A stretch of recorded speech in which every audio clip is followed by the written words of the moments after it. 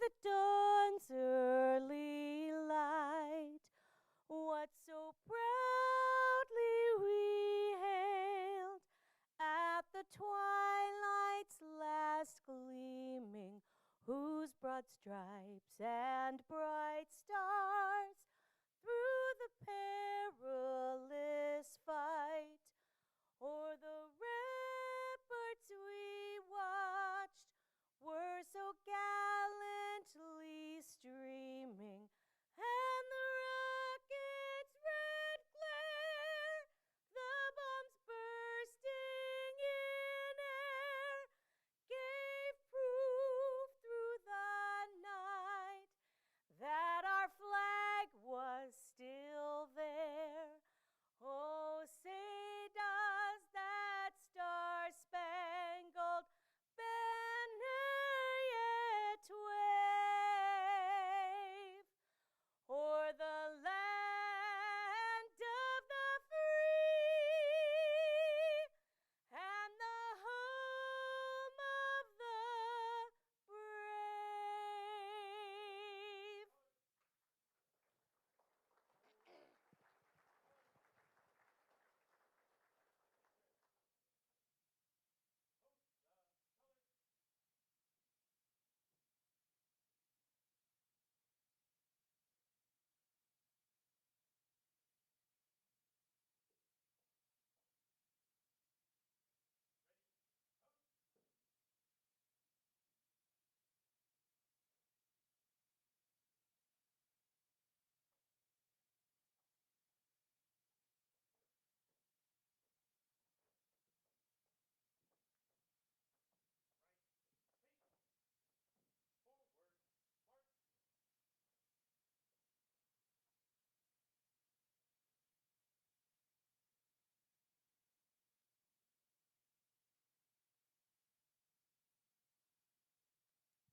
Good morning. If everyone would please be seated, first of all. Let's make you comfy.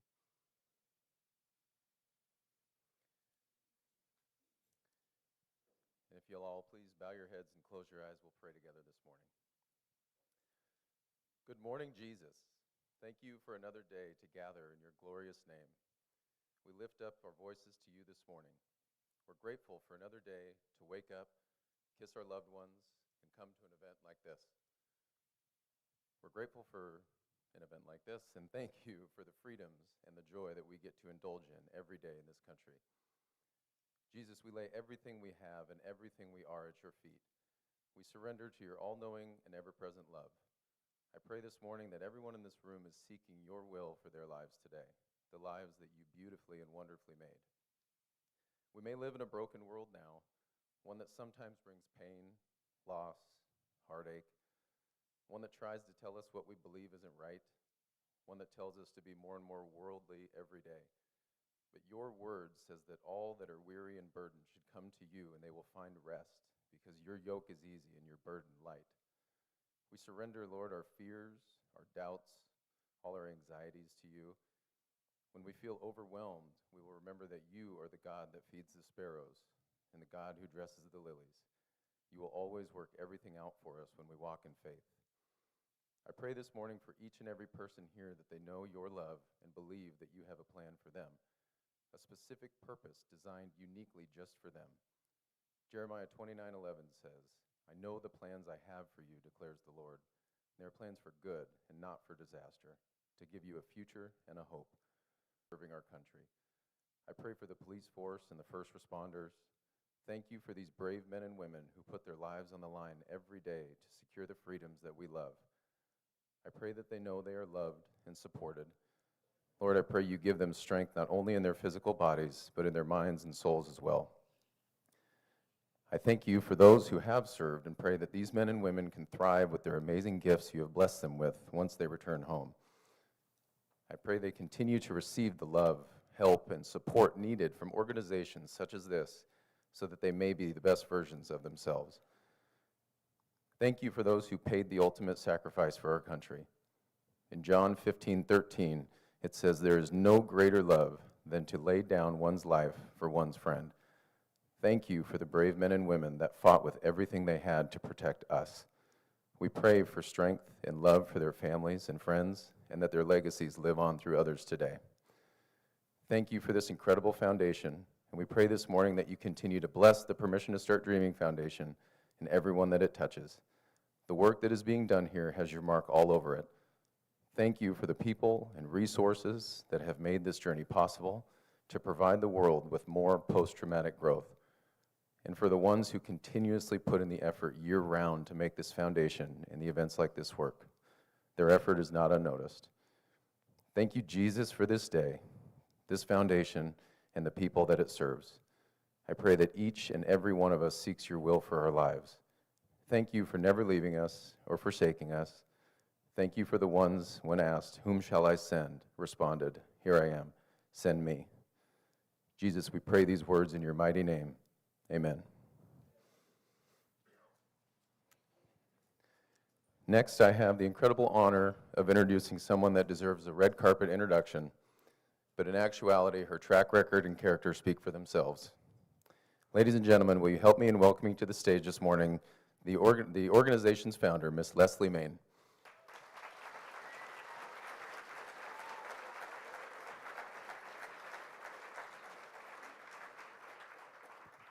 Well, good morning, everyone.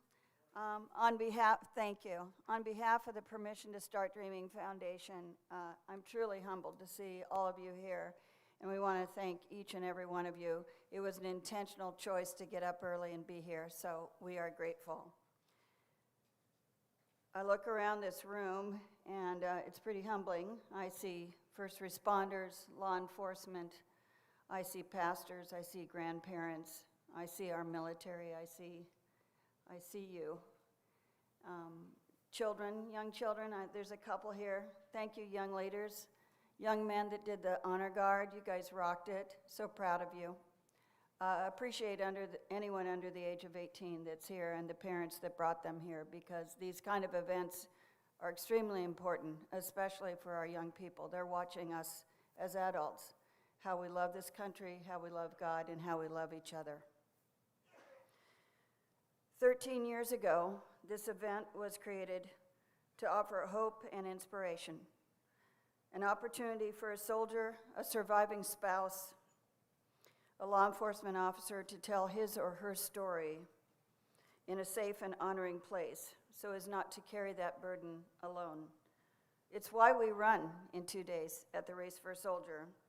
It's the very heartbeat of this organization. And on a personal note, it's my love letter to God.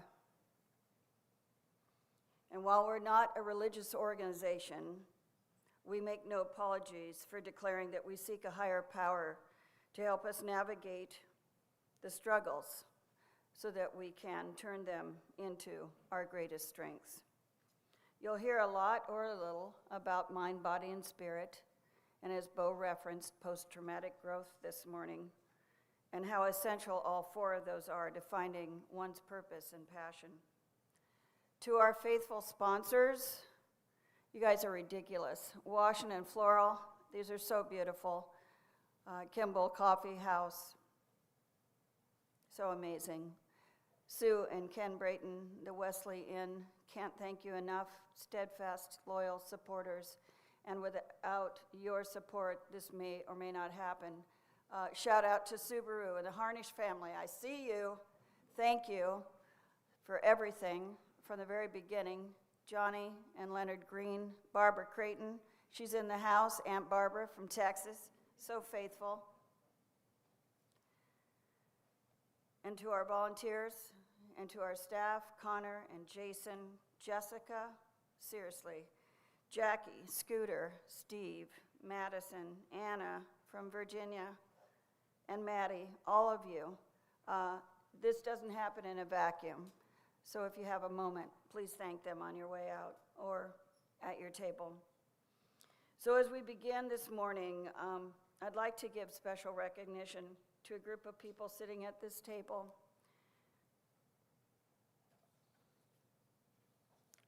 In honor of Brian Bradshaw and Dom Collado.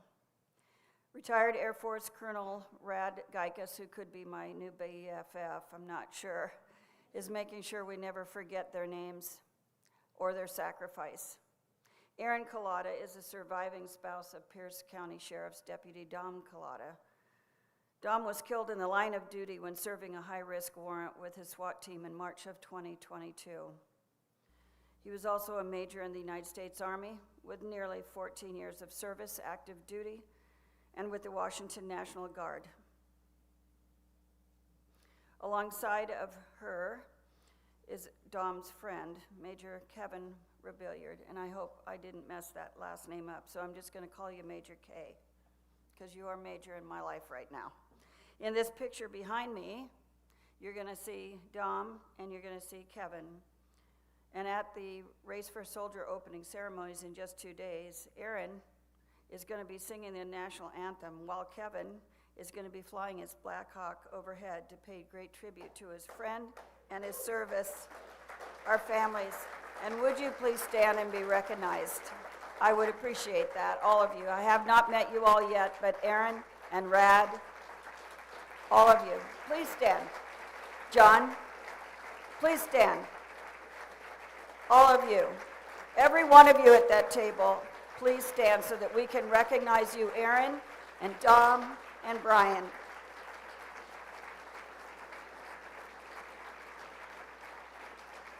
I hear Aaron's got some pipes, so I would say to Gig Harbor at 7:40 on Sunday, God willing, you better hang on to your hats and your heart.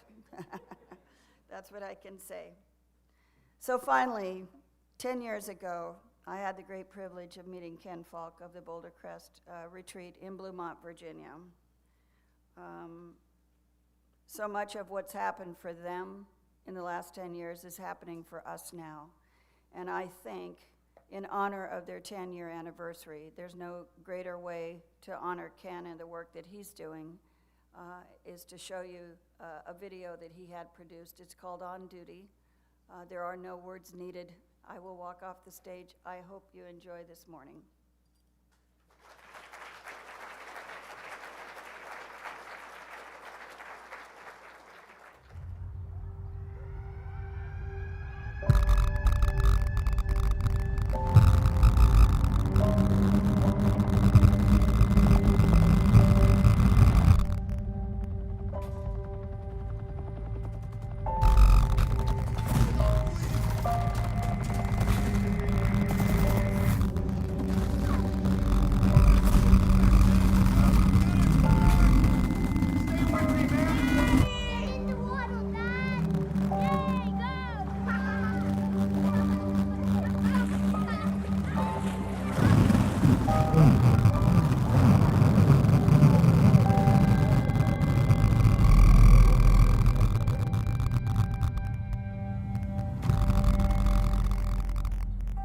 For today, we begin writing a new story.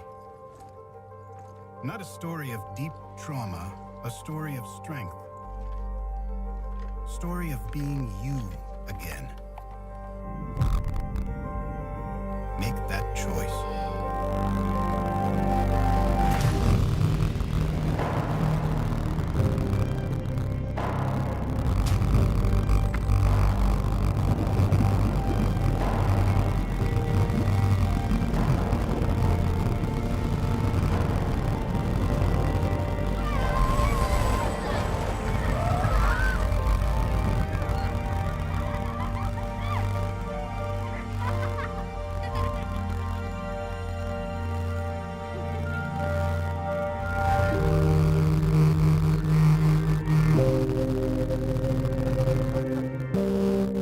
Transform the struggles of your past into the strengths of your future. Boulder Crest Foundation. Write your new story. Visit bouldercrest.org.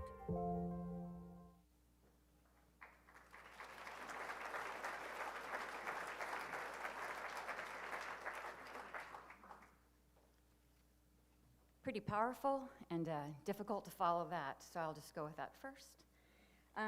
Good morning, and my name is Sadi McVeigh.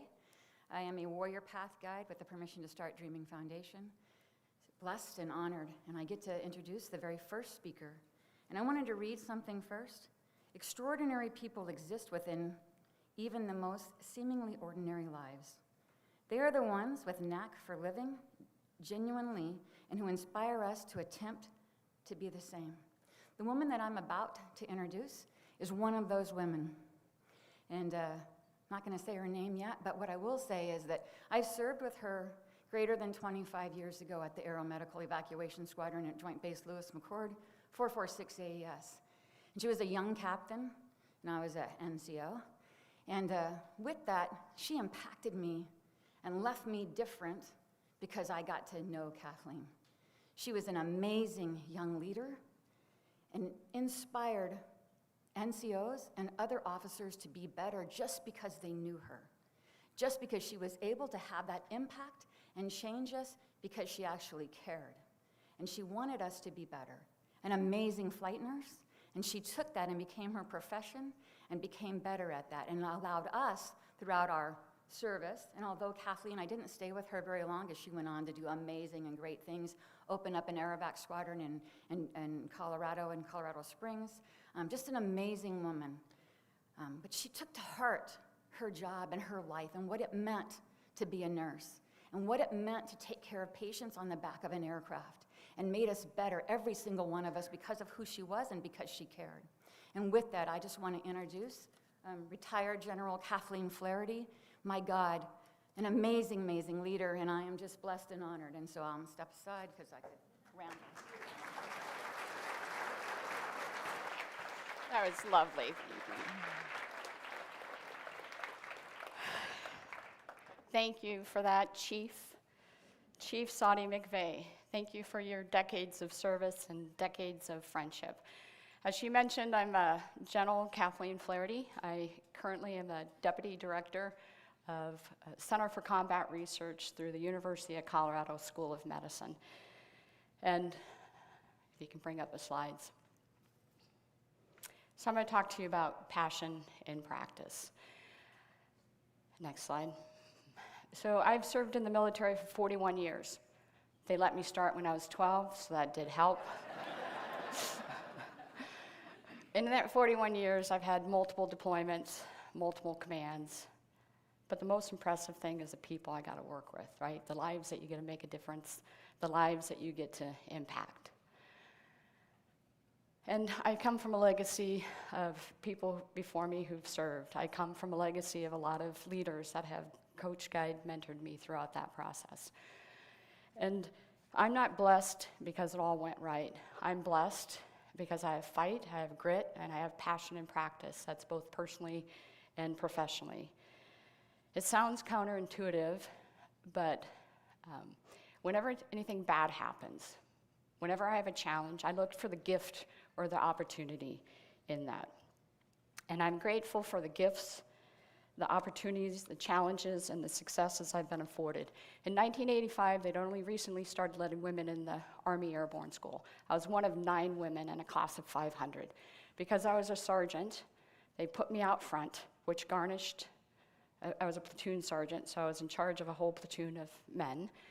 And because I was in front, that garnished a lot of, we'll call it attention, right? I recall doing a combat jump. So I had the same 85 pounds of gear on my 110-pound frame out in front. And so the same parachute that the 300-pound barrel-chested freedom fighter wore, I wore that. Reserve in the front, weapon down my side, and that rucksack that you see in the right side of that that picture. That rucksack contained all your equipment and supplies and food that you'd need for that mission.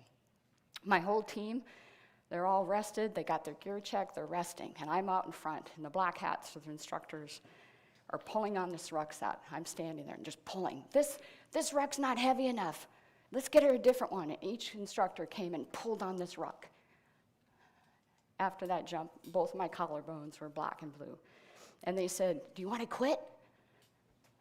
And I saw some airborne wings in here. Our response was, "Hell no, Sergeant, airborne."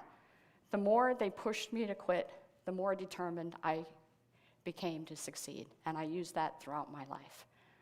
And I proudly wear those wings today. I've been a woman in a predominant male environment my whole life, both in the medical profession and in the military. And I will tell you that initially I was viewed as less capable, and I had to prove myself again and again, as all of you have too, earning respect. But instead of being resentful with that, I saw it as an opportunity to make an impact, to make a difference. And I didn't want to just inclusion. I didn't want to just be invited. I wanted integration. I wanted to be seen as a peer, and I wanted to have a heard voice and be part of the team, and that's exactly what I got. Every place I've ever gone, role I've ever done, you get the real deal. If you invite me to the table, I'm going to have a voice. I'm going to share what I think. I'm going to do it with respect and dignity, but I think that's why I'm in there. That's why I'm in those positions. And if you're a leader and you surround yourself with yes people, you will not get diversity of thought or experience, and you will not get the best out of your team. And that's exactly what I did. So, as mentioned, I've been in for a really long time, longer than most of you guys have been alive, or at least some of you, seasoned, right? So I served in the Gulf War, I served in Iraq and Afghanistan. This picture down here, two of the ladies, three right here, we've served probably 100 years together. And that was a long time ago. Next one. Iraq. Next one. Got to start a brand new squadron, grow the talent from scratch. A lot of those people are now commanders and colonels and chiefs. Next slide. It should be a build. I don't know if it'll build. But if it doesn't build, that's fine. So another gift is I was an air medical evacuation commander at Bagram, Afghanistan, at the height of the conflict. I was in charge of all the air medical evacuation teams, the critical care air transport teams, and I also personally flew a lot of combat missions throughout that area of responsibility. And I will tell you, I was the most symptomatic from PTSD, that deployment, that I ever had been in my career.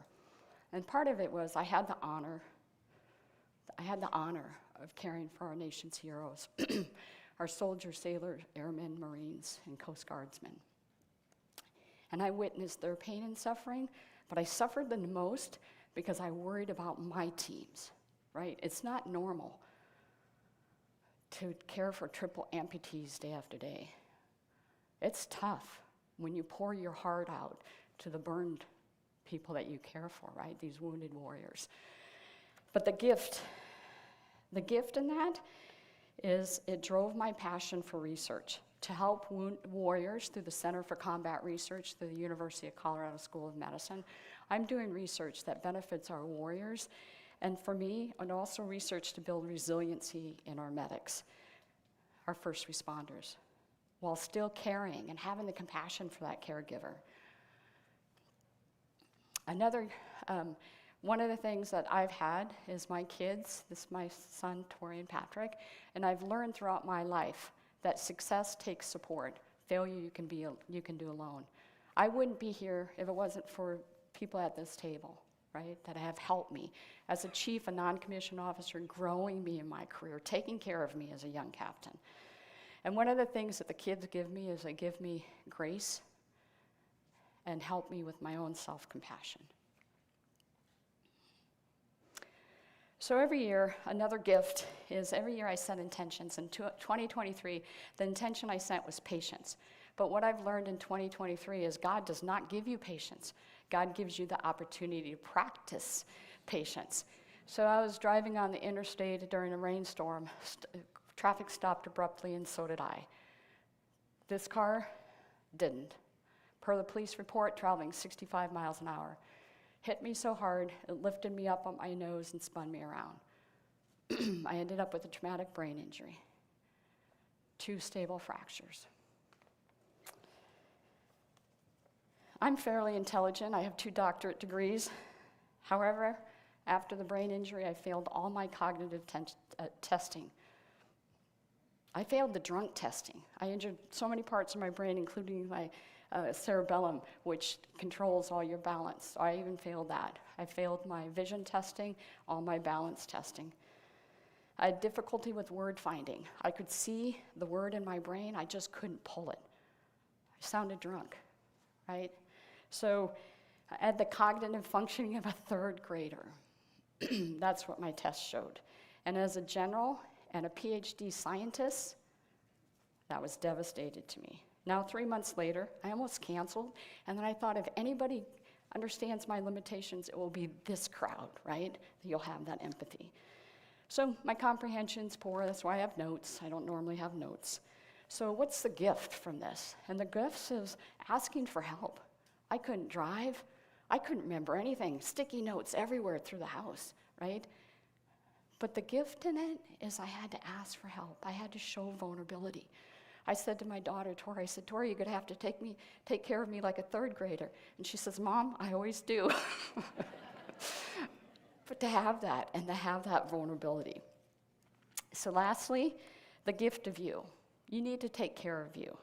My definition of success has changed. I now include my personal well-being in my definition of success. I know if I do things that renew, re-energize, repassion me, I'm gonna bring a better spouse, parent, leader to everything I do. But it's not selfish. We need to do that.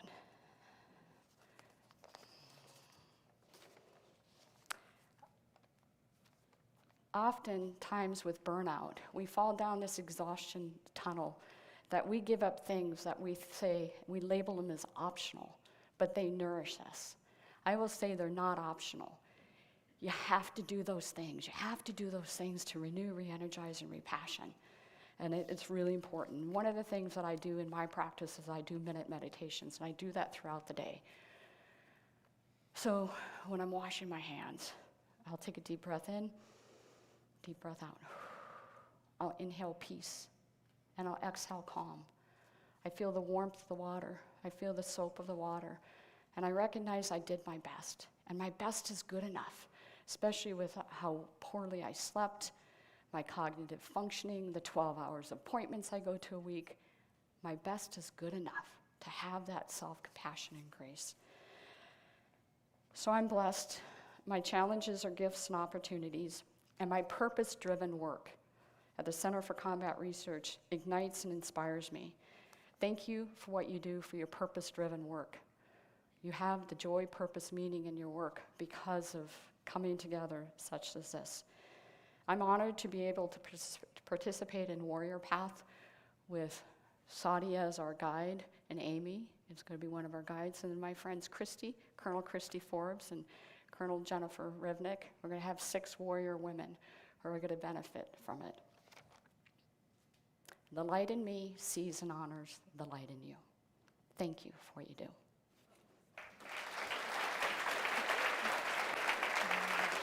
Oh, you guys.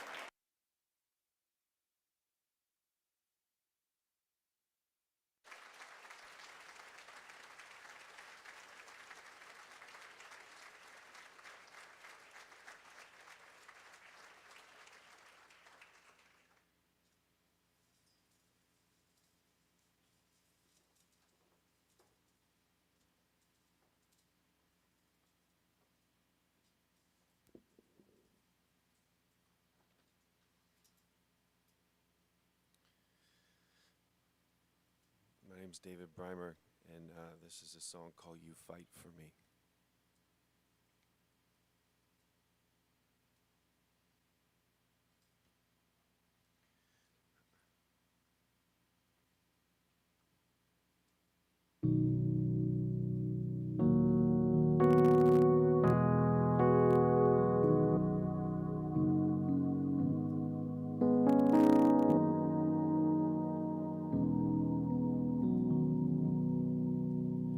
Standing on the promises of old,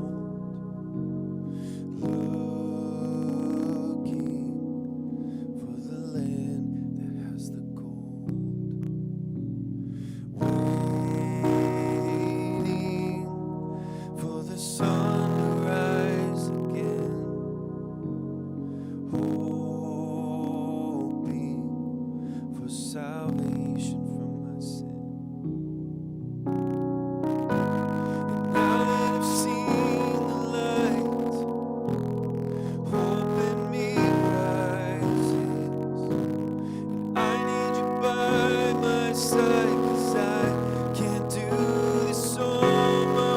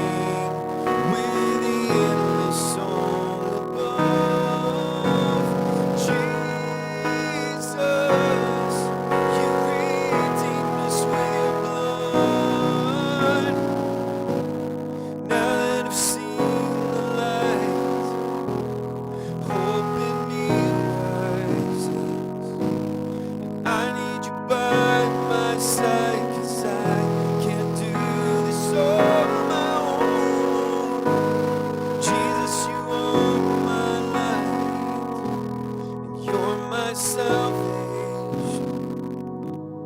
Rising to end this night, lead me out where I belong.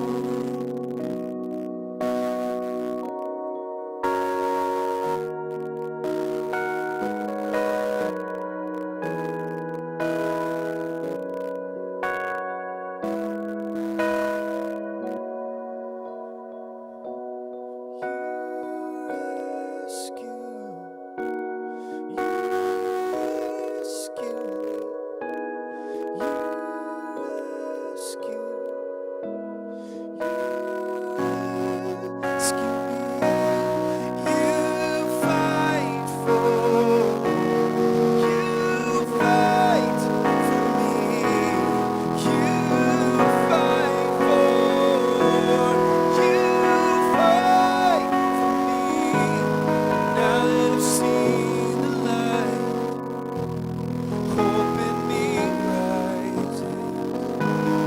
I need you by my side, 'cause I can't do this on my own. Jesus, you are my light, you're my salvation. Rising to end this night and lead me out where I belong. You rescue me. You rescue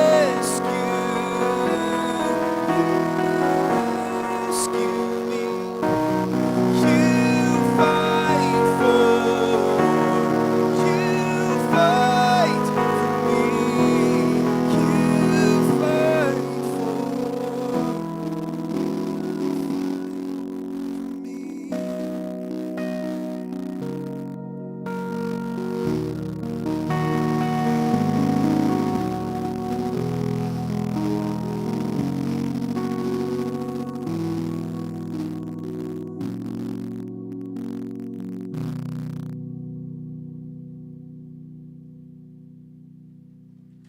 Thank you.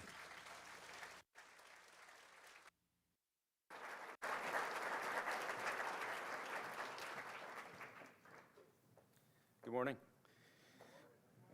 My name's Stephen Easton. I'm the executive director with the Permission to Start Dreaming Foundation. I want to welcome you and thank you for being here today. You know, I came to the foundation after a 20-year career in law enforcement. I'm a retired Pima County Sheriff's Deputy from Arizona, and found this foundation out of a want and need to serve those who have and continue to raise their right hand to put themselves in harm's way on my behalf. Thankful to this foundation for giving me that opportunity. Mickey, Krister, appreciate you guys bringing me into this. It's given me that opportunity in a way that I never expected I would get. I'm the grandson of two combat veterans, two Army combat veterans, the son of an Army veteran and police officer. And I know the sacrifice that comes with a life of service from those experiences and then from my own. Standing next to those people who are willing to do what needs to be done in the moment, putting themselves in front of danger so that others don't have to, is something, after separating from the Sheriff's Department, I still needed to contribute to. And I found the answers to questions I didn't even know I had in pursuit of that. I got to have this connection to the foundation. I got to be here and to make myself available for that process, but I didn't understand how deep that was going to go. When I got the opportunity to go to Warrior Path to understand the science behind post-traumatic growth, I started to get the answers to questions I didn't even know I had the permission to ask. The questions like, what is the cost of service? What does the cost of service have to be? What value is there in service beyond that moment when it's provided? The truth is that you can begin to live a life of quality and a life of depth because of those experiences, not in spite of them. And that change in thinking has made me able to be the person I'm supposed to be. Instead of standing in the spot that I'm supposed to occupy, instead of just being present as a diminished version of myself, I've been given the gift of understanding so that I understand that I can be who I'm supposed to be, who I was put on this planet to be, not in spite of those experiences. Every one of those tiny little traumas that we all experience, the large catastrophic incidences, the buildup of those things, that doesn't have to be, doesn't have to result in me being a diminished version of myself. Instead, it gives me the strength and the understanding to be something I couldn't have been without that experience. I will be forever grateful for that opportunity. I'm forever grateful for the opportunity to provide that information to other people and to work on behalf of this foundation to get that message and that understanding and that connection to anyone and everyone who can connect with it. And want to remind myself on a daily basis and want to share with you that those examples don't just come from within, those come from the people sitting to the left and to the right of you right now. Each one of us has gone through incredible difficulty in our lives and has something to offer in the way that we've engaged it to the people around us. That opportunity was never more prominent than in 2001 when one of our own in Arizona suffered an incredible tragedy in the line of duty. He provided a front row seat to all of us in perseverance and in turning that struggle into something more meaningful. And it's my honor and pleasure to introduce you to Jason Schechterle and his story.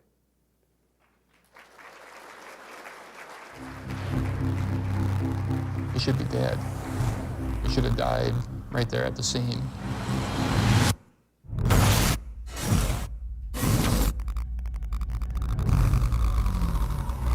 Engine 4, come take care of the burn victim in the P car. Police officer burn, and part of seatbelt. Phoenix police officer Jason Schechterle's Ford Crown Victoria patrol car was rear-ended by a taxi and burst into flames. Give me a first alarm medical. Police car involved. Report copy, 30-year-old male, priority 1 with County County. People do not survive when their entire head and upper body is engulfed in flame and smoke. It's just physiologically impossible. His patrol car exploded into a ball of fire, and somehow he survived. You know, I got that phone call, got in my car and raced down to the hospital, and when I saw him, I really couldn't even believe what I was looking at.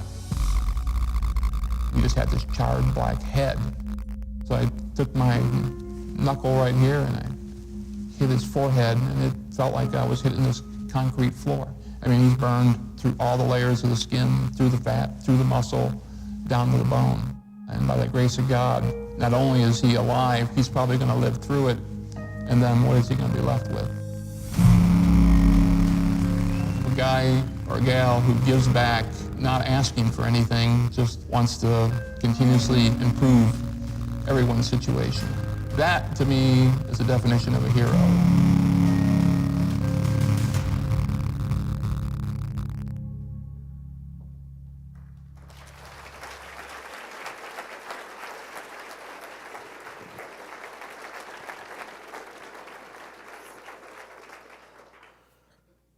That's a pretty intense video, huh? I love to watch that video for multiple reasons. But one of the reasons is I like to think about situations I get myself into, and I am very blessed to have the career that I do. I travel all over the country, even internationally, to share my story. Recently, I flew to Cleveland, Ohio, and called an Uber to get a ride to my hotel. And I could tell when the gentleman was loading my luggage, he was pretty shocked and taken aback by my appearance. You know, this is not something you see every day. And we get in the car, I guess he couldn't help himself. He turned, he said, "Sir, do you mind if I ask what happened?" And I said, "What are you talking about?"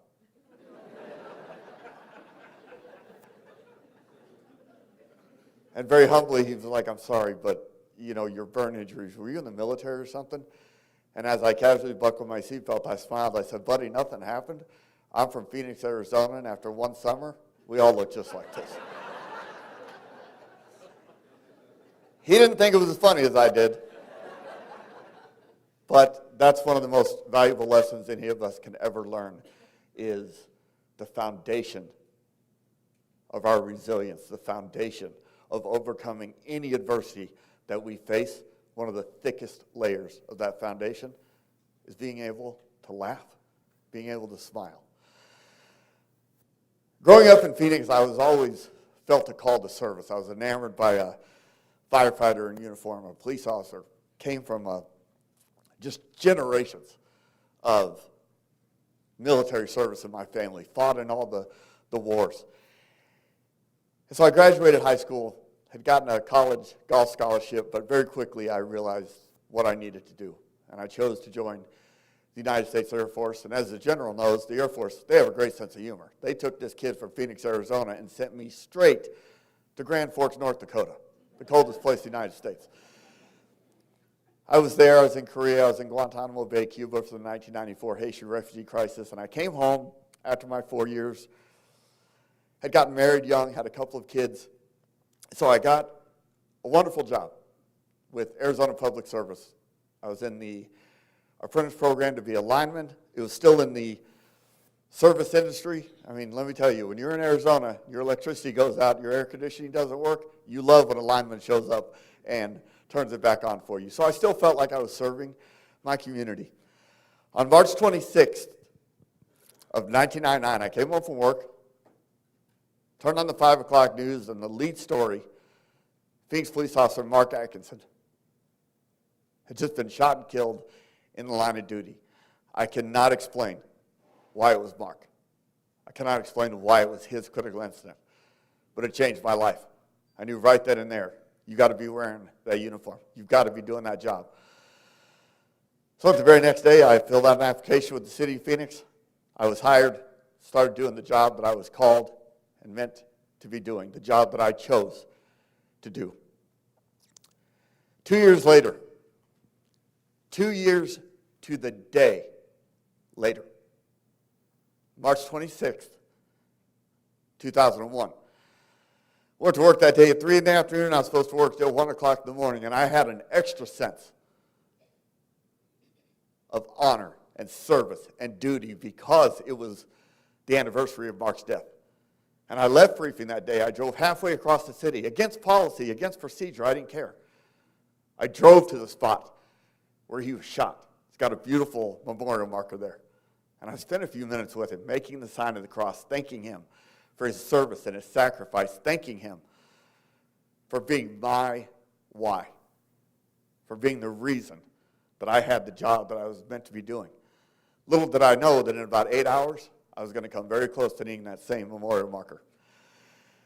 At 11:30 that night, there was an emergency call of an unknown trouble. And it wasn't in my area of responsibility, so in one ear and out the other, I paid no attention to it. But the officer in that area was busy at the time, so a few seconds later, dispatcher came back on. Unknown trouble, found dead body in an apartment, a lot of blood, sounded like a violent crime had been committed. And again, for a brief few seconds, the call went unanswered. I wasn't doing anything, so I grabbed the radio. I'll head that direction. As I approached an intersection, I was running code 3, lights and siren, get there as quick as I can. I approached one of the intersections in downtown Phoenix. I have a red light, so I have a responsibility to come to a complete stop. It takes maybe a second and a half to clear an intersection. Just as I was going to proceed, my patrol car was struck from behind by a taxi cab. The driver was suffering an epileptic seizure, and according to the investigation, he was doing 115 miles an hour when he ran into me. That's a speed I can't even fathom. I was knocked unconscious. My patrol car burst into flames. It was propelled 270 feet through the intersection, and it came to rest right in front of a fire truck. So many miracles, so many twists of fate. I suffered burns to 43% of my body, my neck, head, and face being the worst. They were 4th degree, unsurvivable injuries. My family was told countless times, Jason is not going to survive. We're going to put him into a medically induced coma. We're going to just keep him pain-free and quiet for you. And I can't even imagine what my support system, what my loved ones went through. I promise you it is always easier to go through something than to watch somebody you love go through that. But I finally woke up, and I woke up as clear-headed as I am right now. Why am I in the hospital? Why? Just the sound and the smells. Why can't I move? Why can't I open my eyes? I was just at work. I didn't realize I couldn't open my eyes because I was blind. And my wife was in the room with me. I'll never forget how calm and strong her voice was. She told me right away I'd been in a car accident. And I was thinking, okay, it was last night. It's 3 hours ago. I was just at work. Big deal. I got knocked unconscious. When was it? She said it was on March 26th. That's an odd answer to that question. What's today? And she said, today is June 12th. 2.5 months, in the blink of an eye, we're gone. Missed my wedding anniversary, missed my son's 3rd birthday. It was impossible to get my mind wrapped around what's going on. And none of us are designed with the capability of going through a tragedy and simply saying, okay, and just moving on. There's a journey within ourselves that we have to go through. And I think similar to most, for me, I was crying every single day. I've lost a job that I love. What are my children going to think of me? There are days that people even dared walk into my room, they got yelled at and cussed at. There are days they won't talk. And it went that way for about 3 weeks. So at the end of June 2001, I'm laying in bed in the middle of the night, no visitors during those hours, and when you're blind, you are truly alone with your thoughts, which is the most dangerous place that we are ever going to be, is inside of our own minds, and we're there all the time. But I had 2 profound realizations that night that to this day I'm so grateful for. First, centered around the taxi driver. You know, it'd be very easy for me to walk around saying, why me? It'd be very easy for me to say, I was serving my community, I was minding my business at a traffic light, why me? Nothing is going to hold us back more than blaming somebody else or seeing ourselves as a victim. I chose to be grateful that it was me. I chose to be grateful that he didn't make it to the next traffic light and take out somebody's grandparents or a woman with her kids. I chose to believe that I did my job and I protected somebody else. And then I chose the most important part of our adversity foundation, which is accountability. Again, this was not a random, tragic moment in time. Every one of us in this room right now has gone through so much in life. As Leslie said, we have made so many intentional choices in our life that have led us to where we are exactly where we have chosen to be. I'm the one who chose to be a police officer. I chose to answer up for a call that I had no business answering up for. The way our city's laid out, I could have taken 10 different routes to get to the address I needed to go to, but I chose to drive eastbound on Thomas Road and be in that left-hand lane. I chose to give up a college golf scholarship. I chose to only spend 4 years in the military.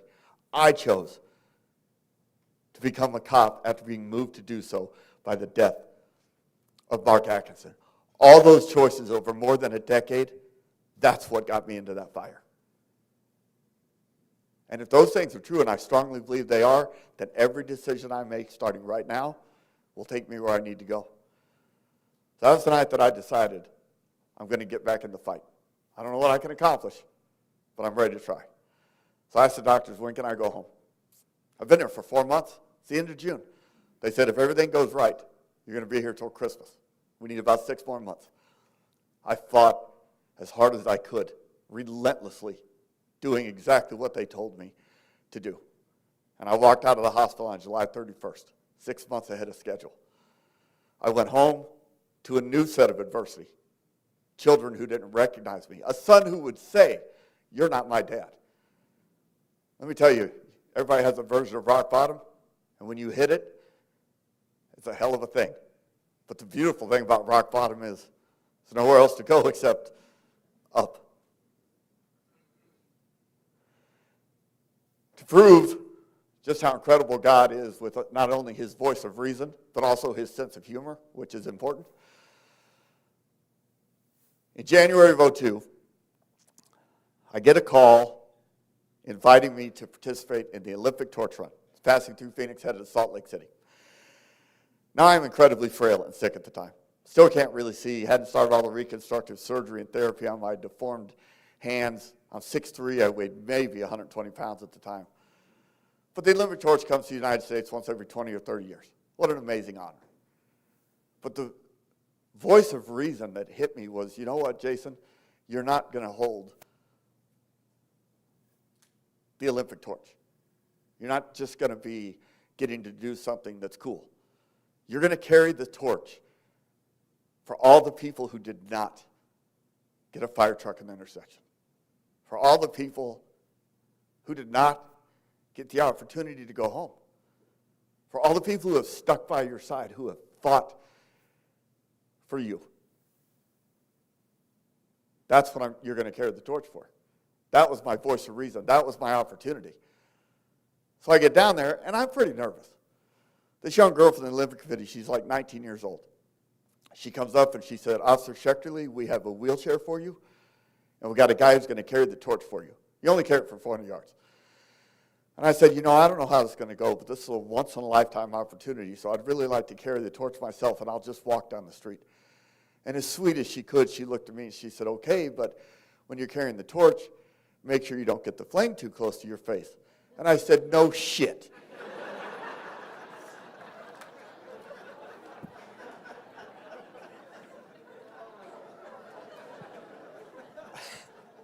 I mean, really?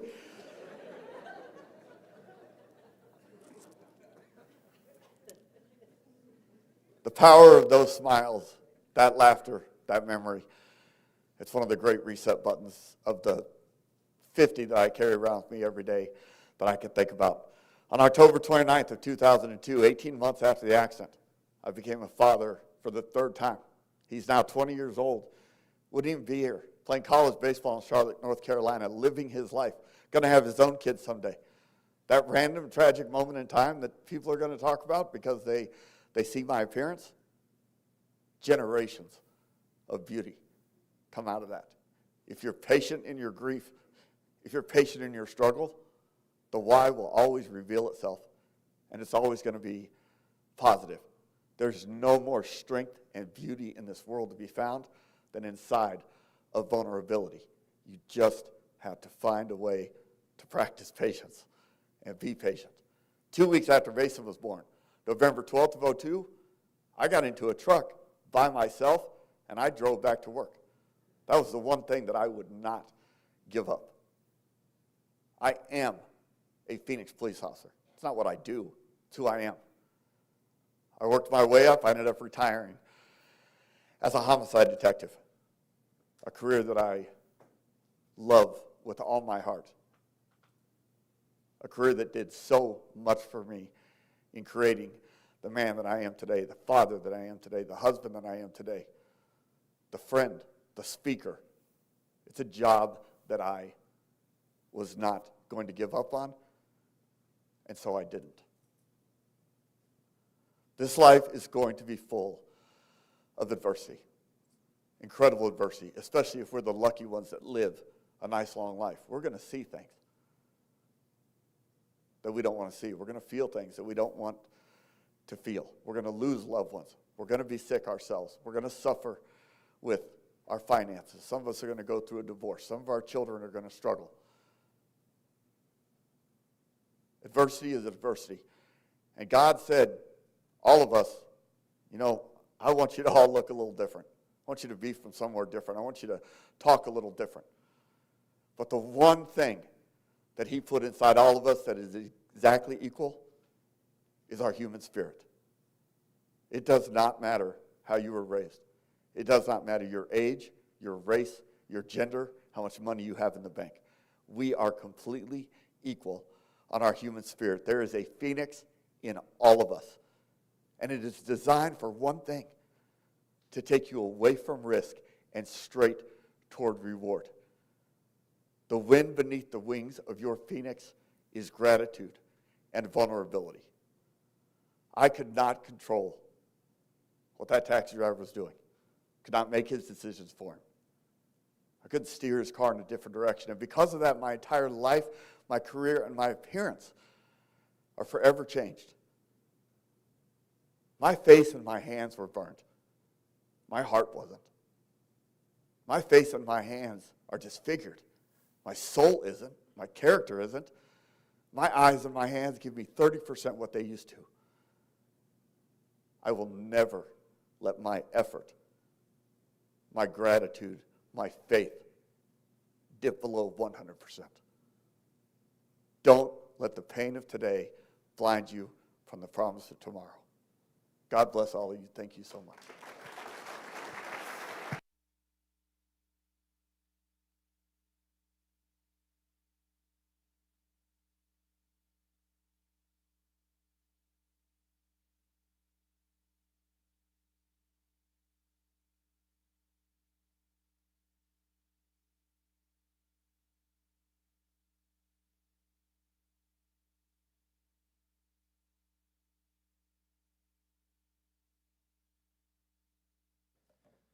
Good morning, my name is Mickey Traugott. I'm a third-generation combat veteran, and I have the privilege of introducing our next speaker. In 2009, August 25th, John Hallett was killed in Afghanistan, leaving behind his wife and 3 kids, all under the age of 3. One he never actually met, who was born while he was deployed. Lisa, like Leslie Main, chose to take her struggles, her pain, and her grief and redefine her purpose by starting the Wear Blue Run to Remember Foundation. I think it's just Wear Blue. I put the Run to Remember on there because she is running to grieve and to unite others. And then this Sunday at the Race for a Soldier, for the last couple of years, the last mile has the Wear Blue Mile, which will, if you run it or have run it, you can understand what some of the things the Wear Blue Foundation is doing. Lisa will tell you more. But I can tell you that last mile is probably the hardest mile because they, for whatever reason, Miguel put it uphill to finish at the Y. But it really inspires you and reminds you what the Race for a Soldier is and why we wear blue. So without further ado, Miss Lisa Hallett.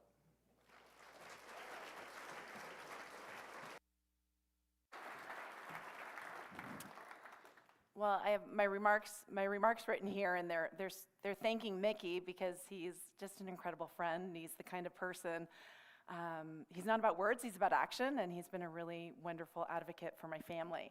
But I'm also a little bit mad at you, Mickey, because what kind of lineup did you put me after?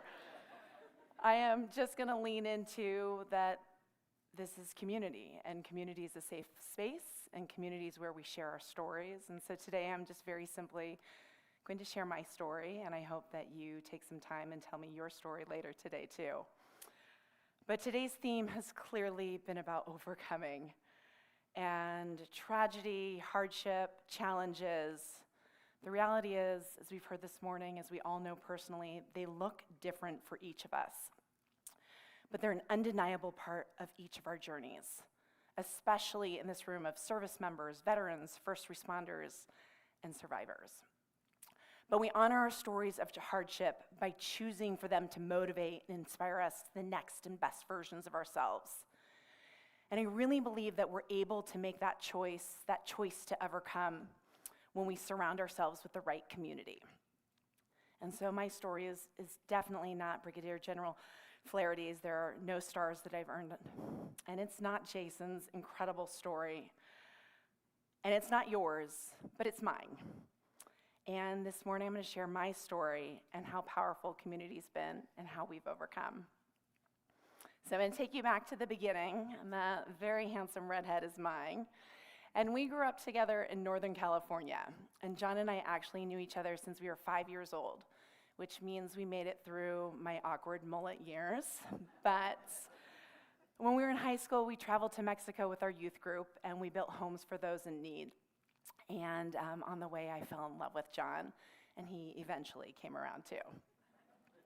And on December 27th, 2003, I married Captain John Hallett, who is now a West Point graduate, actually Mickey's classmate. And John and I planned a life together, a long, adventurous, extraordinary life, and we just couldn't wait to get started. And so we embarked on this journey as a military family. And on the way, we were blessed with 3 healthy, happy babies, Jackson, Bryce, and Heidi. And that one in the middle is every bit as much trouble as she looks. But John's military career continued, and in November of 2008, John took command of an infantry striker company. And then the following summer, as a part of that surge in 2009 to Afghanistan, John deployed with his brigade to the Kandahar region. And as you know, as we do in the Army, 3 weeks after John left, our daughter Heidi was born. And what is not quite as standard as we do in the Army, 3 weeks after Heidi was born, I received the news that no military family wants to hear. My husband, John, had been killed overseas with a 3-year-old, a 1-year-old, and this brand new baby who my husband had never met, they had to be wrong. But they weren't wrong. John was killed on August 25th, 2009, on his way home from a Goodwill mission. They had just delivered medicine to a village with a cholera outbreak. For our brigade of about 3,000 soldiers, it would become a deployment that claimed 55 lives. 41 in Afghanistan, and 14 more by suicide. I was devastated. I turned on the coping mechanism that I had leaned on throughout John's military career: running. It was this tangible accomplishment in my world that was now so clearly out of my control. And every time I went out and ran, each step I thought I was trying to run from the pain that life had offered my family. But I slowly realized that I was not running from, but through. And I was running toward hope and what was next for my family. I remember driving to preschool shortly after John died, and I was actually passing through the Nisqually Wildlife Refuge. And you get the right U2 song on, and I start crying. And Jackson looks at me, and he starts crying, and he says, "Mommy, stop crying. You're scaring me." And it was in that moment that I realized I had to make a choice. My children had already lost a parent to war. It wasn't fair for them to lose me to grief. And running led me through that choice. Running allowed me to feel all of my big feelings and then come home and be that parent that my children needed me to be. And so I ran and ran. But in the middle of those miles, I joined with fellow military spouses, and we began to form what would one day be known as Wear Blue, Run to Remember. I still remember the first time we met. It was a surprisingly sunny morning in February, which you know is a gift. But we wore our spouses' blue physical training shirts. No, I was not consulted on the design, 800 pounds of pure whoop-ass.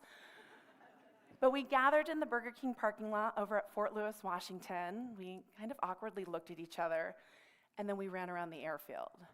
And we sure didn't know what we had that first time, but we knew that we had something. So we came back the next week, and we kept meeting, and we evolved. We became friends. We became a community. We ran for the remainder of that deployment, and when the unit came home from combat, we realized that they needed the same things we did: the space to heal, to grieve, to remember. We had lost life, limb, and mind that year. And what we needed was the power that's born of community to reconnect and rebuild. Wear Blue, Run to Remember became that community, and running was our common ground. Wear Blue is now a global movement. We empower our families of the fallen, support our men and women who still wear the uniform, and remember the men and women who've given their lives in service to our country. And now every week, thousands of runners around the world run in blue. From Iwakuni, Japan, right here in DuPont, Washington, we have about 60 communities, 6 programs, 15 national races, and over 50,000 runners.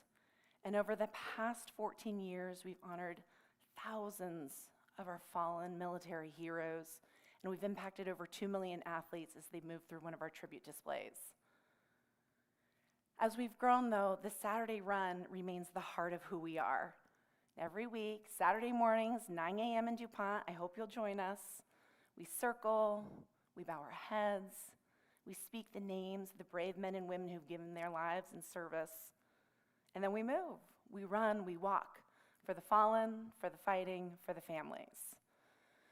From our Saturday Run, to our Wear Blue Mile, to our Gold Star Youth Mentorship Program, each of our programs are centered around overcoming hardship through movement and community. As Wear Blue has grown, I've been able to continue my own journey as an athlete. And in the next slide, this is me and my friend Danielle Joyce. And we're rounding the final miles of a 100-mile foot race down in Oregon.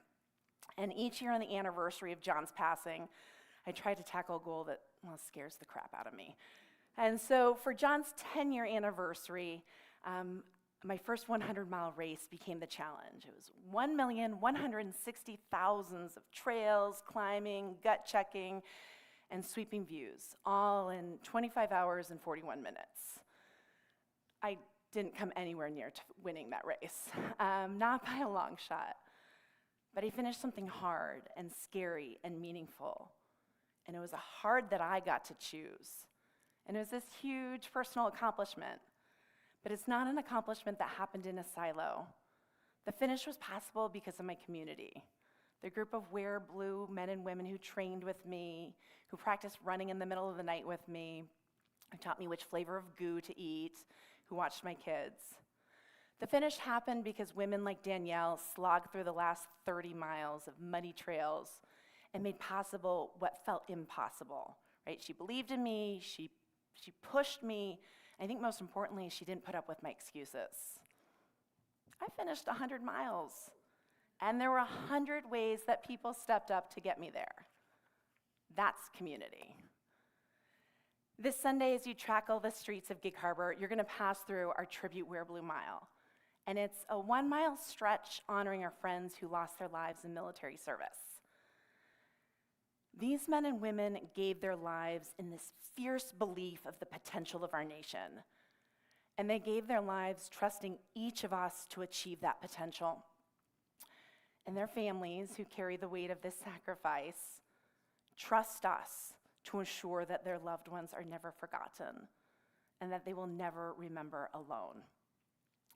So on Sunday, as you move through the images of Private First Class Kyle Farr, Major Dom Collada, and this handsome redhead, Captain John Hallett, it's followed by waving American flags. I hope that you let their strength, their courage, and their service drive you forward. The act really is simple. It's that we remember. But the power comes when we do it in community.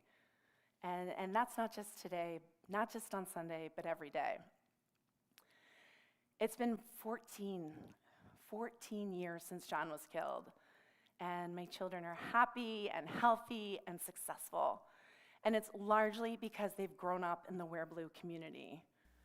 And even though we've lost someone for whom we love dearly, we have been given strength, hope, and support. We have a place to remember and to belong. Community is not passive, it is action. Community is the nurturing of human connection. Most importantly, it's how we show up for one another. And the reality is we all have a role to play. As we close this breakfast inspired by Brigadier General Flaherty, by Jason, by where are you, Leslie? By Leslie's incredible story and impact, I challenge all of you to find, build, and nurture your own community. You may not want to run 100 miles. Apparently this is not required. But you can join a Saturday run, you can mentor a Gold Star child, you can check in on a friend, you can speak the names of those who are no longer with us. And I think at some point we think we don't need community. And maybe you think you don't need community, but someone out there needs you. So I hope that you all have a very fantastic and purposeful race this weekend. When you're climbing up that hill, when the going gets tough, call on our fallen friends and let their strength be yours. And when you cross that finish line, let that victory be theirs. We end each of our Saturday runs with a real good run strong, run fast, most of all, run to remember. Thanks, everyone.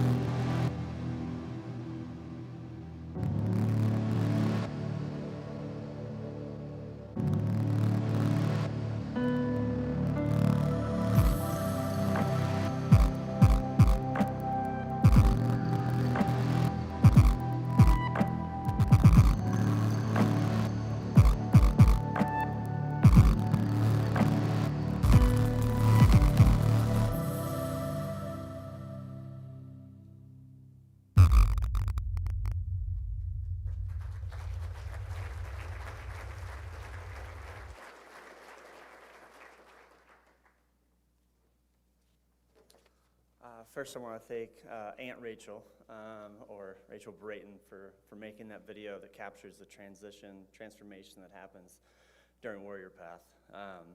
Really touching, hard to follow, just getting off that. I know you guys are probably still thinking about it. My name's Seth Storsett. In this type of audience, I'm more commonly known as one of Leslie's son-in-laws.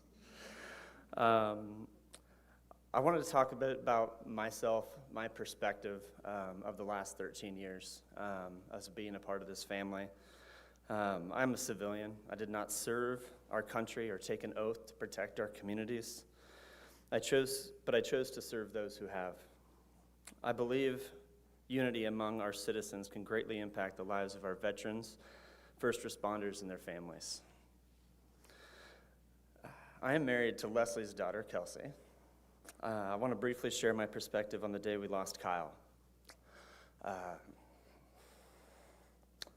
This wasn't easy to prepare for. When you relive moments like this, they're very hard on your family. And I can't imagine, it'd be easy to tell all of you, or those close of us, to hear this. Saturday, March 7th, Kelsey and I were getting ready to go over to a friend's house for a gathering. Her dad, Larry, called me back from back east. I stepped outside as Kelsey was blow-drying her hair. Can't hear anything in those moments. In an unmistakable tone, Larry said, "Are you with Kelsey?" I replied, "Yes."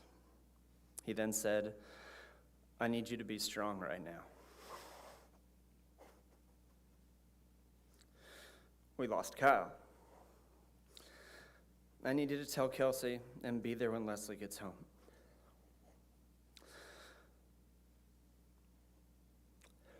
I told Kelsey moments later. She was in shock. She fell to the floor in anger and disbelief, screaming no repeatedly and pounding the floor. I don't recall the drive to Leslie's or how long we waited for her to get home, but I vividly remember the moment Leslie knew he was gone. I was standing a few feet back as I watched her sister Carolee and Kelsey embrace her as she slid down the wall to the floor, crying, "God, take my son." The darkest season followed. She didn't just turn around and start a race. It took a while before she could lace up her shoes. I don't have time today to tell you how hard it was for the family, or how many people emotionally supported us, and how she overcame grief to honor her son.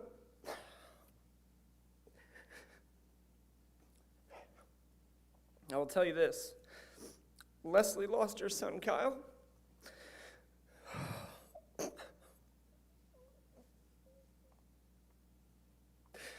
But she saved Kelsey. Sorry. Saved Kelsey, Kendall, and Cody, and so many others. Leslie, I still don't know where you are in this room. I lost you after the beginning. Leslie, thank you. I love you. Will you stand up? I can't really see you that well. Leslie, you've done so much to save so many people, but you started with your family, and I know we're all very grateful for that. Saved my life too. When I think of where my wife was at and my in-laws. Thank you. All right, I'm going to turn this up here a little bit. So I put Leslie on the hook for writing a book. I think that is really the only way we could ever truly capture what her experience has been, what she's learned, and how she became the greatest version of herself by serving others. We have more work to do and need all of your help. The foundation is in its 13th year, growing stronger than ever. In 2024, we will launch a capital campaign to raise $15 million to own and operate our own facility, so we can serve more retired and active military, first responders, and their families. Stay tuned, or if you feel inspired now, you can find me right after this. But we look for you to come together with us. All right, I have the pleasure of introducing a probably less emotional speaker than me. You may have heard him last year, Justin Euler, our board president, very inspiring individual, a combat veteran. I got 2 plugs for Justin because I'm a follower. He has a podcast. It's excellent, Refine and Grow. Also does consulting for strategic transformations, which he has helped our foundation with. Also, because Justin wasn't going to talk about this, I thought I should. He has pledged to raise $50,000 by running America's oldest ultra marathon, the JFK 50, this November. He should tell us more about that. Justin?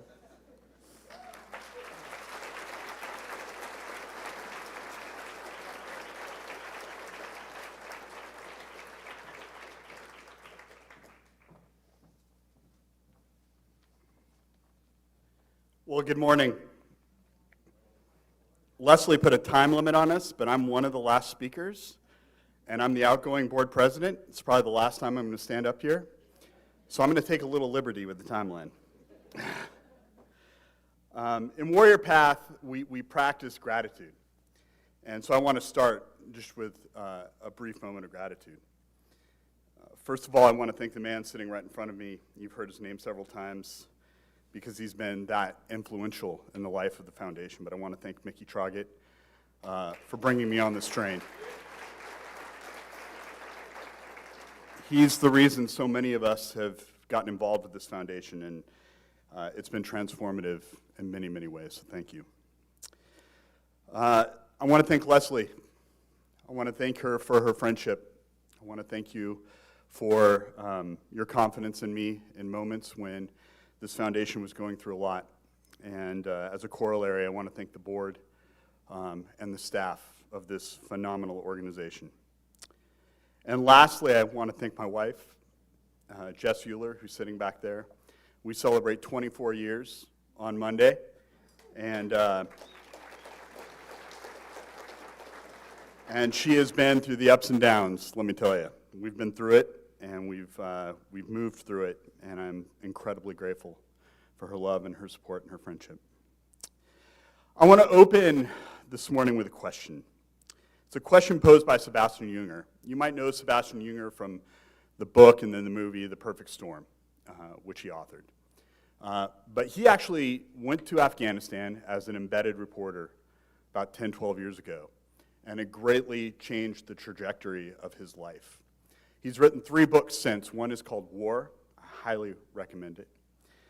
His second book was Tribe, and his third book that just recently came out was Freedom. And in the book Tribe, he talks about veterans, combat veterans, coming home, reintegrating, and joining back into civilian life. And he poses a question in the book, which I pose to you today. How do you become an adult in a society that doesn't ask for sacrifice? How do you become a man in a world that doesn't require courage? I'm going to let that sit with you for a moment, and I'm going to tell you a little bit about myself, a little bit of background. So, Seth already told you I'm a combat veteran. I'm a husband, I'm a father, a friend, an employee. I get to lead, I get to serve. I'm a disciple of Jesus, and I get to serve this foundation as the board president through the end of this year. And I'm also a graduate of Warrior Path. To go a little bit deeper into my story, I served in the U.S. Army Infantry as an enlisted member of the 2nd Ranger Battalion and as an officer in the 1st Brigade, 25th ID, deploying to Iraq from October 2004 to 2005. I served in Baghdad, Fallujah, and Mosul during some of the most kinetic months of the war. I left a young wife. We've been married. We celebrated our 5th anniversary while I was overseas. A 3.5-year-old daughter who's now getting ready to go to seminary, a 2-year-old son, and a 5-day-old infant son who's now the man you see sitting right over there with the gorgeous hair. That gorgeous hair is getting ready to be gone shortly as he enlists in the Army. When I came home, I was fortunate to return to not only my family, but a home an extended family that was surrounding us, a church community, and opportunity. And yet, as Wendell Berry writes, some nights, in the midst of loneliness, I swung among the scattered stars at the end of the thin thread of faith alone. When I returned home, I struggled with guilt at leaving the fight. I struggled with loneliness and wondered who my brothers were. I struggled with the pain of loss, the trauma of violence, with the absence of shared experience, the purpose of mission clarity that the military provides, and a growing sense of the impending loss of direction in my life.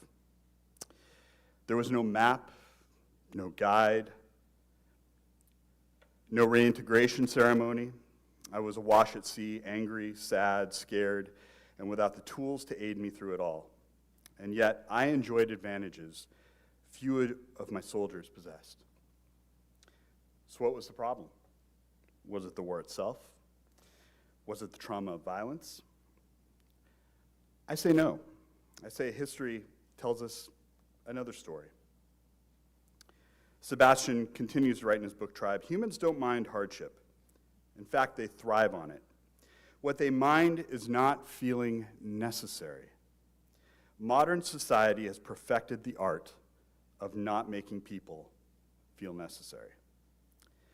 The military provided me with two key principles that I've clung to these last 17 years. One, the military provides you with purpose, motivation, and direction.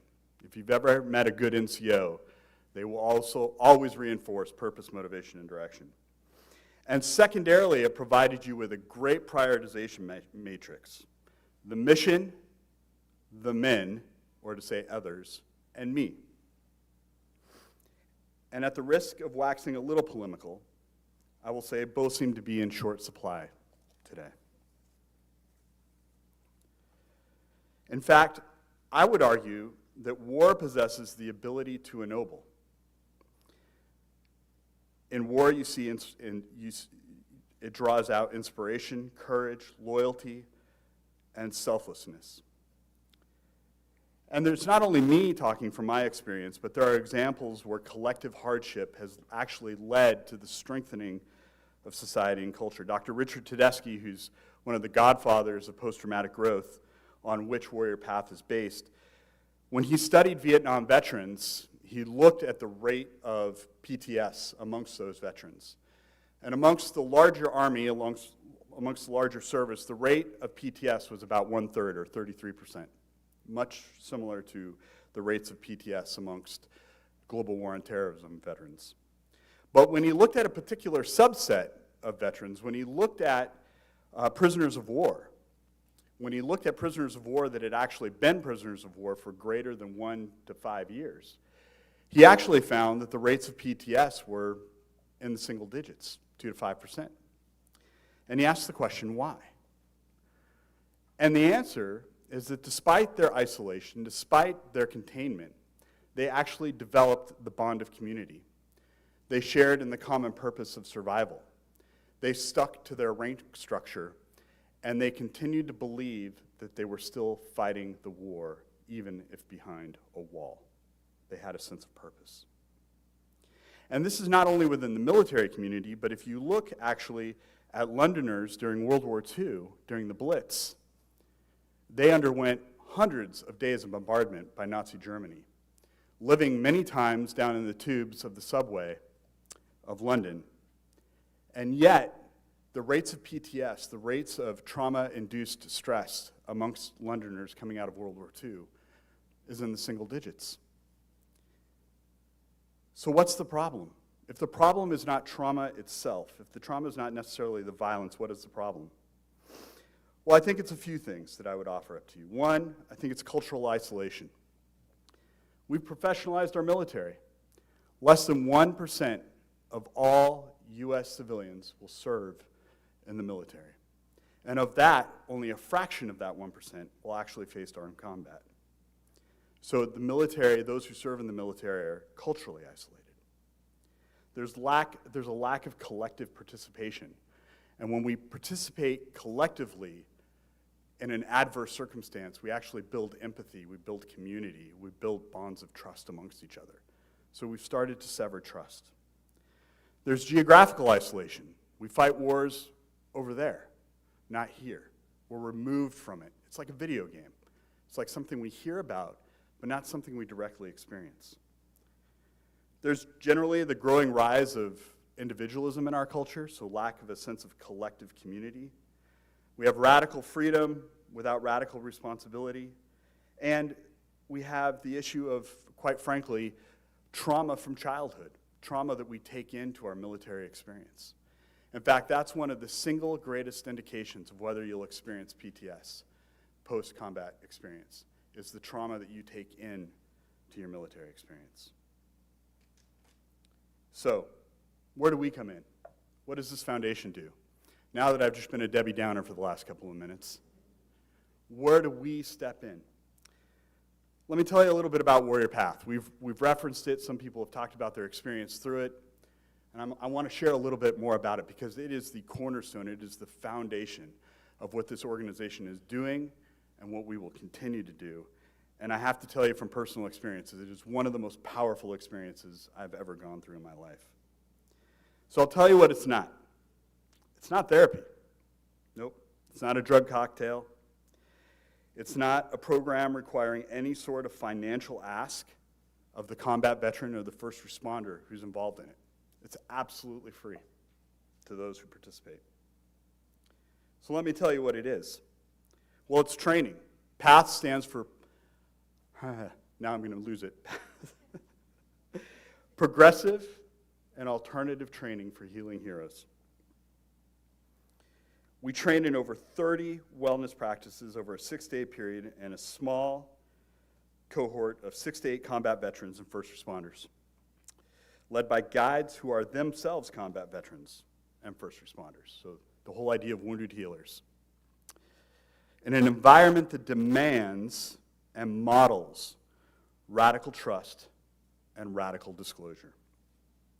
The practices include gratitude journaling, family of origin work, we dig deep, labyrinth walks, radical attunement. So all you guys in there, if you're starting to sweat already, you're going to learn how to attune. Expressing verbal acknowledgement and appreciation. There is nothing more awkward than a bunch of crusty male combat vets sitting around a campfire, looking at one another in the eyes, and giving deep, meaningful, intentional gratitude to another individual. We practice physical movement, we work on meditation, the list goes on. I like to call it good human training. For every one combat veteran or first responder to successfully complete the program, up to 500 people in their family and community will be positively impacted. So I want to do the math for a minute, because that's a crazy number. So we've put about 188 people through Warrior Path in just 2 years. Just 2 years we've started. We've got 188 people through. If you take that 188, and I think my calculator on my phone was accurate, public school math. If you take that 188 and you times it by 500, you get roughly the population of Yakima that will be positively impacted over the next 50 to 75 years because 188 men and women took a step forward and said that they want to live a wholehearted existence, that they wanted to be fully integrated, that they wanted to turn their struggle into strength. 94,000 people. And we're just getting started, folks. We're just getting started. So, here's the deal. We can't do it alone. We can't do it alone. We don't want to do it alone. We can't do it without you. A combat veteran or first responder's ability to sustain and live a healthy life that contributes vitally to a community requires a community of shared sacrifice and shared support.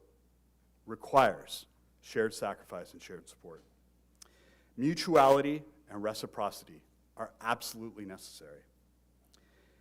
As my favorite president, combat veteran, and Congressional Medal of Honor winner Teddy Roosevelt once said, "We cannot do great deeds unless you are willing to do the small things that make up the sum of greatness.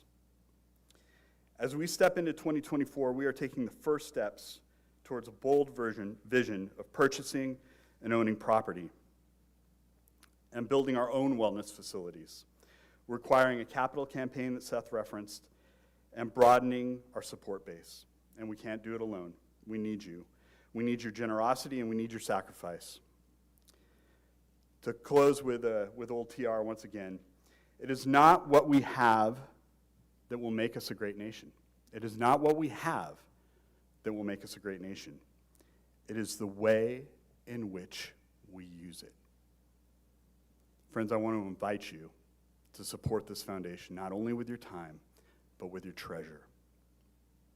We need it. The combat veterans need it. The first responders need it. Our community needs it.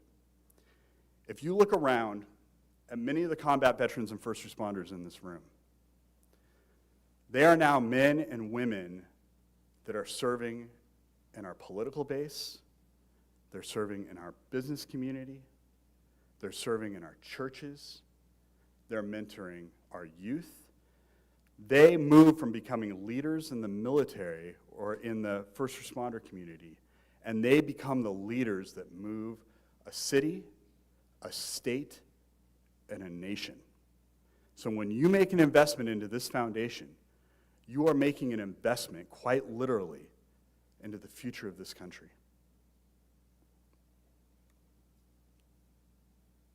So I'll shift gears a little bit.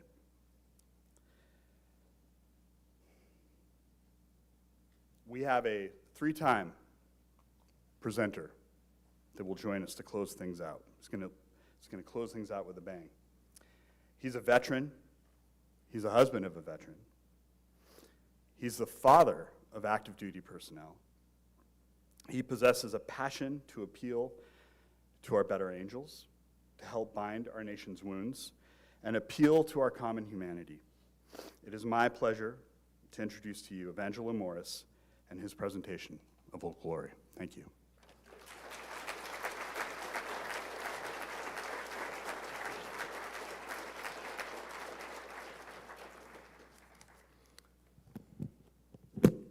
Hello, everybody. How you doing today? Oh, now come on, you can do better than that. How are we feeling today? All right, you see these flags here? And see that flag over there? That means you're living in the best country on the planet. Now, how are you feeling today? All right. Listen, I'm going to ask the AV guys to go ahead and throw up those pictures of the kids. I had a speech for you today, all nicely written up. And then something happened over the last 48 hours, and I threw that speech away. So instead of me telling you about myself, I'm going to just report to you what happened. Is that all right? Okay, take a look at these pictures here. These are kids. In the last 48 hours, I have spoken to 3,000 children. I've given 12 speeches in those 48 hours. Nothing less than 250 kids per session. These are public school kids in Southern Liberal State, California. The superintendent, the teachers, the principals, and the kids, they were all listening. We're talking about the values of freedom. And in this season that we're in, 9/11 season, I'm capitalizing on that. And I'm explaining to the kids while their teachers can hear me, when the principal can hear me, and letting them know, hey, yeah, I'm a combat veteran. Yeah, I am a public speaker. I'm even a marriage counselor. But what I do is I connect the dots. That's what I do. I go through life helping people connect the dots. And what we're going to do today, kids, we're going to connect you to the service member. And everybody looked around and said, okay, let's see how that's going to go. Okay, we are going to see. And they saw. So at the end of the day, the kids and the teachers was going around saying, we got to connect the dots. Got to connect the dots. We're connecting the dots. And I did. Connected the first responders and our service members to the Constitution. And I said, hey, what is this the season of? 9/11, right? What's 9/11? These kids was from 12th graders all the way down to pre-K. So some of my students were pre-K kids, 4-year-olds to 6-year-olds. Okay, and there's a certain way you have to talk to these kids, right? So, but I said to that group, I said, hey, what's 9/11? What happened there? And they said, yeah, some bad guys ran planes into some buildings. I said, yes. I said, that's right. And I told all the grades, I said, you think those bad guys, you think they cared what color you were in those buildings? You think they cared if you was white or black or Latino? You think they cared about that? You think they cared about any of that? The only thing they cared about was degrading our Constitution, because that is the document that holds all these promises that you have so that you can be the best version of yourself. You can live out your dreams in accordance with the talents that God has given you. And yes, I said the word God in public school. Okay? That's a blessing right there. So what am I saying to you? I'm saying to you, all of you service members and all of you first responders and all of you patriots, that America's going to be okay. America's going to be fine.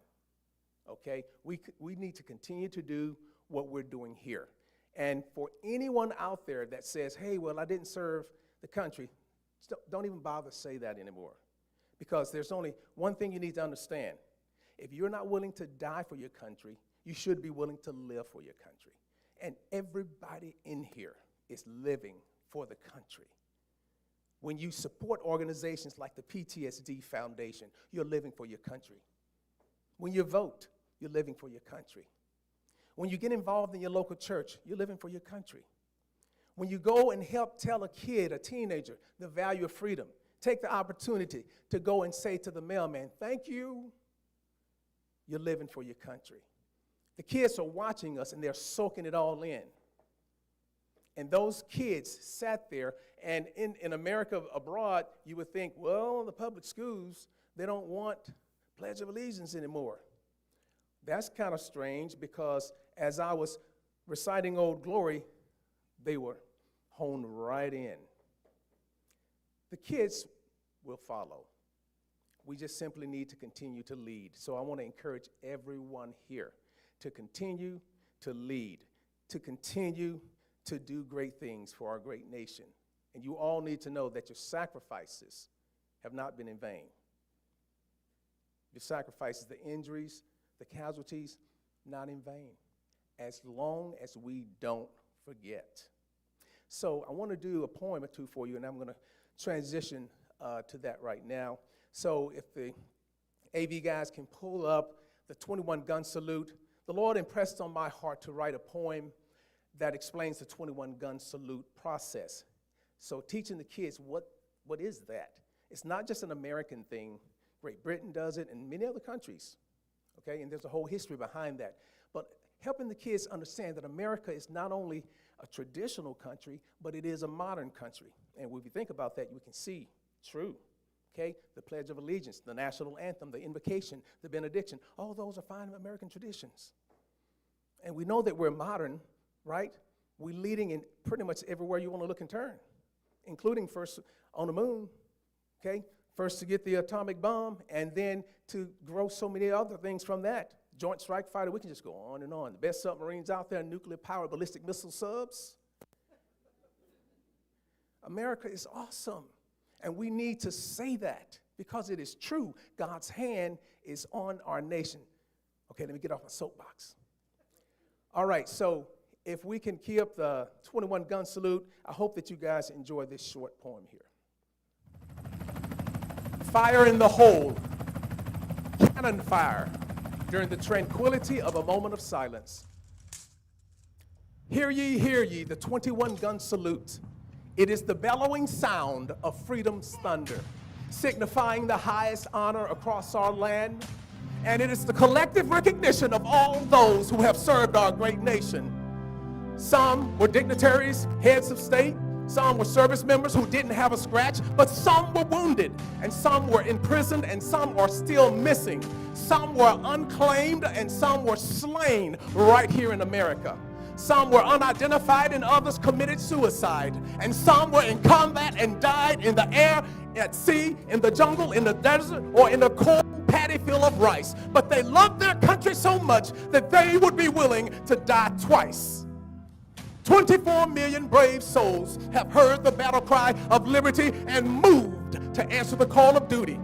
The 21-gun salute represents a fire in the hole that began with a fire in America's belly that could only be quenched by freedom. May they never be forgotten. May they always be appreciated. And may God bless America.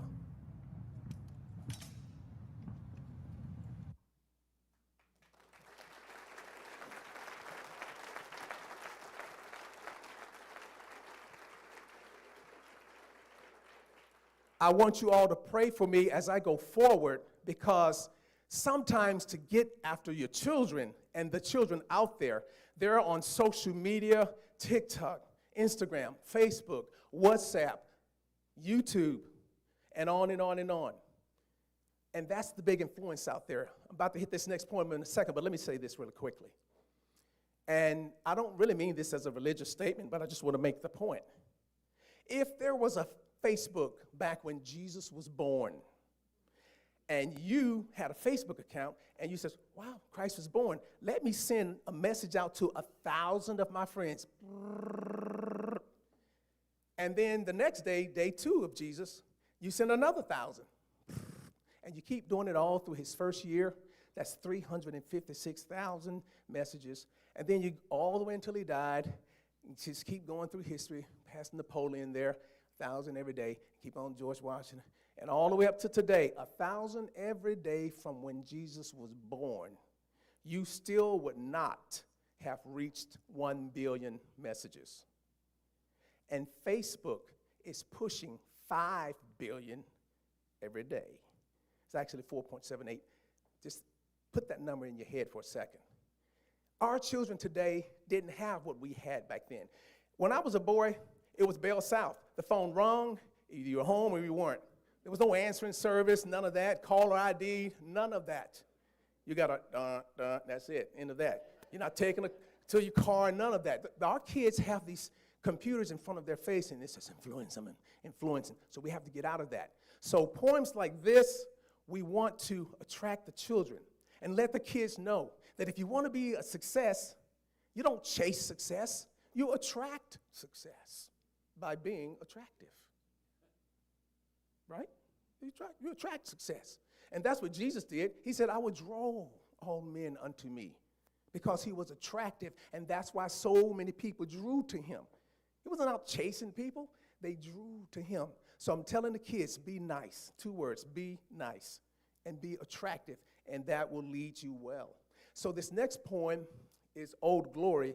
I've done a slight modification for 9/11 because we're in the season of 9/11, and once this season is over, then I'll go back to the traditional Old Glory. So the kids, they got this Old Glory presentation yesterday and the day before.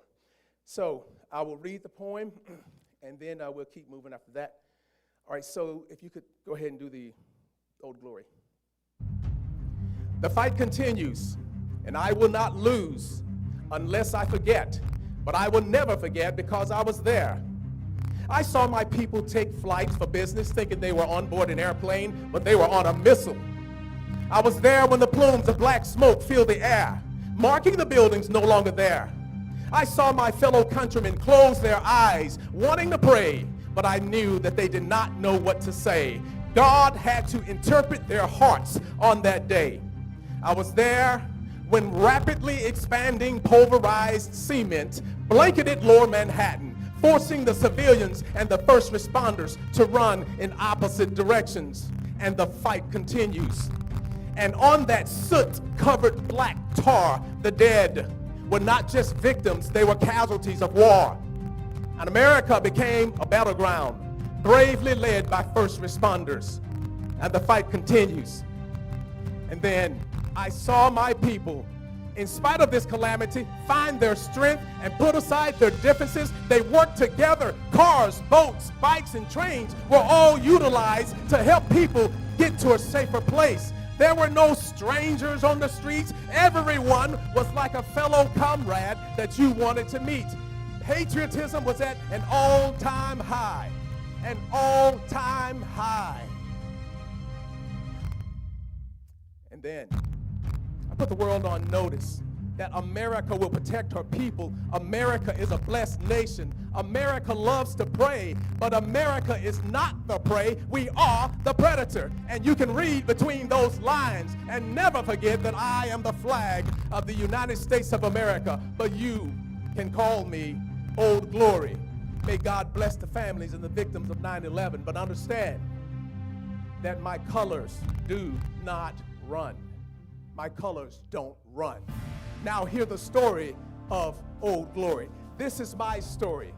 It's a time-honored tradition that symbolizes our service members, our veterans, and our first responders rise through the ranks. But most importantly, it represents their love for a nation they so proudly served. Now, if I could get all of you to use your imagination just for one moment. Imagine our flag having a personality. What type of attitude or swagger do you think it would have? Now imagine our flag having a voice. What exactly would it say to its outstanding service members, to its veterans, to its first responders? What would it say to you? Well, I would like to draw your attention to just one fact.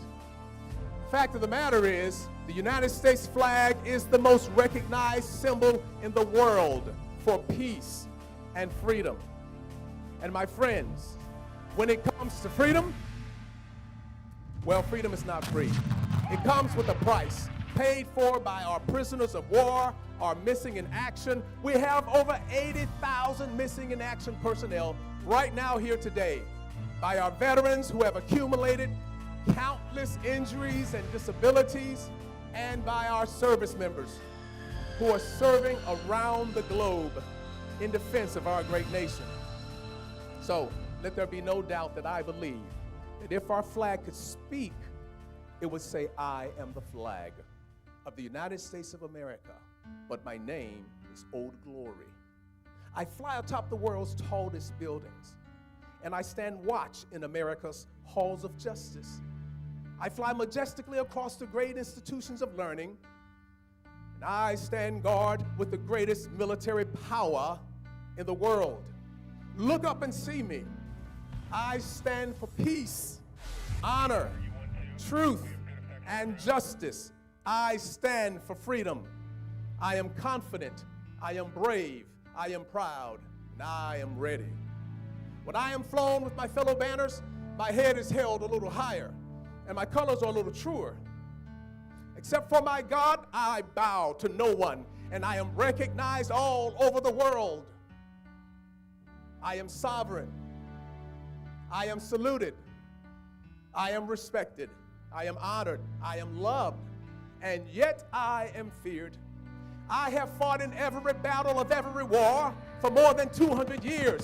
Some of these battles include Gettysburg, Shiloh, Appomattox, San Juan Hill, the trenches of France, the Aragon Forest, Anzio, Rome, the beaches of Normandy, Guam, Okinawa, Korea, Quezon, Saigon, Vietnam, Afghanistan, Iraq, Kuwait, and Syria, and scores of other places long forgotten by all, except those that were there with me. I know because I was there. I led my special operations forces in the quiet of the night, and at the tip of the spear, I saw them fight fearlessly around the globe every day of the year. I watched over them even during the casualties of Desert One, and they still loved me. Now they're the fighting forces you cannot see.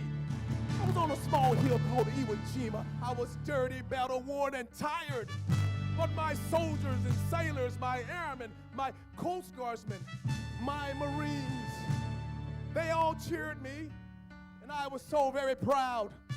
I was at Ground Zero in New York City on September the 11th when cowardly fanatics attacked America. I was raised from the ashes of once proud buildings by brave firefighters and police. These were heroes who risked their lives to save others, showing all that America, although bloody, will never be beaten, because those who would destroy me cannot win. For I am the symbol of freedom, of one nation, under God, indivisible, with liberty and justice for all. I have been soiled, burned, torn, and trampled on in the streets of my own country. And when it is done by those whom I have served with in battle, it hurts. But hear me today when I say, I will overcome because I am strong. I have slipped the surely bonds of earth, and from my vantage point on the moon, I stand watch over the uncharted new frontiers of space. And I have been that silent witness to all of America's finest hours. But my finest hour comes when my stripes are torn into strips to be used as bandages to cover the wounds of my fellow comrades on the field of battle. Also, when I fly at half-mast to honor my soldiers, sailors, airmen, Coast Guardsmen, Marines, and my Space Force guardians, but most importantly, when I'm placed into the trembling arms of a grieving mother or wife at the gravesite of her beloved husband, daughter, or son. I am so very proud. My name is Old Glory. Long may I wave, dear God. Long may I wave.